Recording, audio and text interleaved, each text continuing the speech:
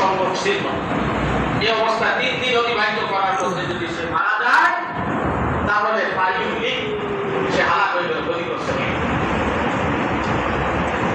উভয়কে সম্পৃক্ত করেছেন আল্লাহ রাসূল। আর দোষ এটা দেখার বিষয় নয়, আপনাকে চিন্তা করতে হবে আপনাকে বাঁচাবে। আপনি বলবেন যে ওই আমার সাথে অপরাধ করছে, আমি কেমনে আগে যাই? না, এটা করা যাবে না।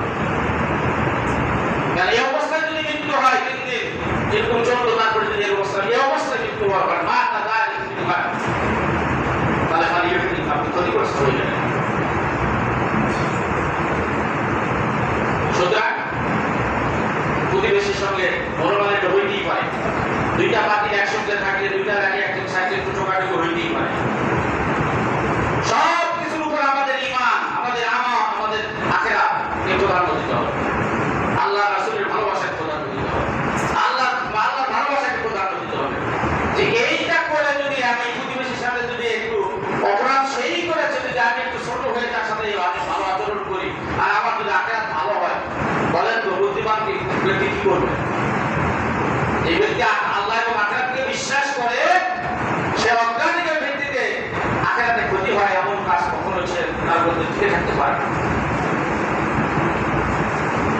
ইসলাম যে বিধান দিয়েছে প্রতিবেশীর ব্যাপারে, এই বিধান পালন করলে ওই মানুষের কাছে মানুষটা বলবে এই ফেরেশতা। কোন দায়ী যদি এরকম হয়, আমাদের মতো না, এরকম দায়ী আছে।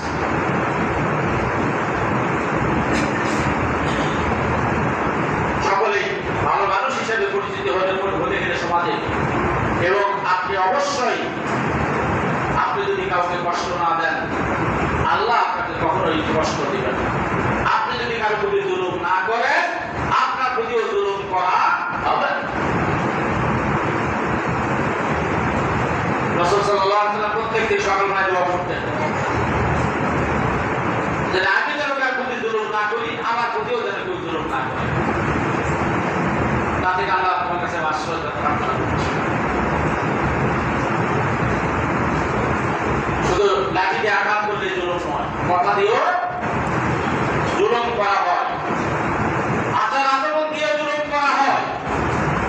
রাসূল সাল্লাল্লাহু আলাইহি ওয়াসাল্লাম বলেন যে আপনার প্রতিবেশী রাস্তা হাঁটার জন্য যদি আপনার ঘরের প্রাচীরের কিছু অংশ ভেঙে দেওয়া দরকার, আপনি সব পাত দিয়ে দ্রুত আপনি সেটা ভেঙে দিয়ে তাকে রাস্তা করে দেন।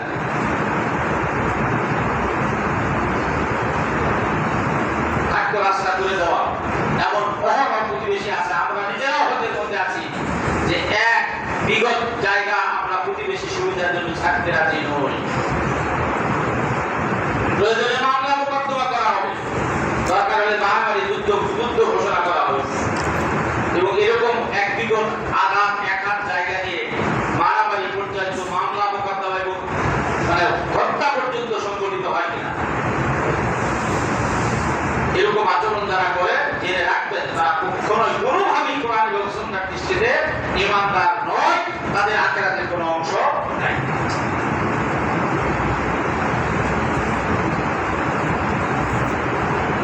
ওয়া মিন জারিহি ইউযলিম জারাহু ওয়া ইয়াকতুলুনা হাত্তা ইয়াকতুলুহু। যদি প্রতিবেশী প্রতি কেউ জুলুম করে আর এই জুলুম অবস্থায় যদি সে মৃত্যুবরণ করে,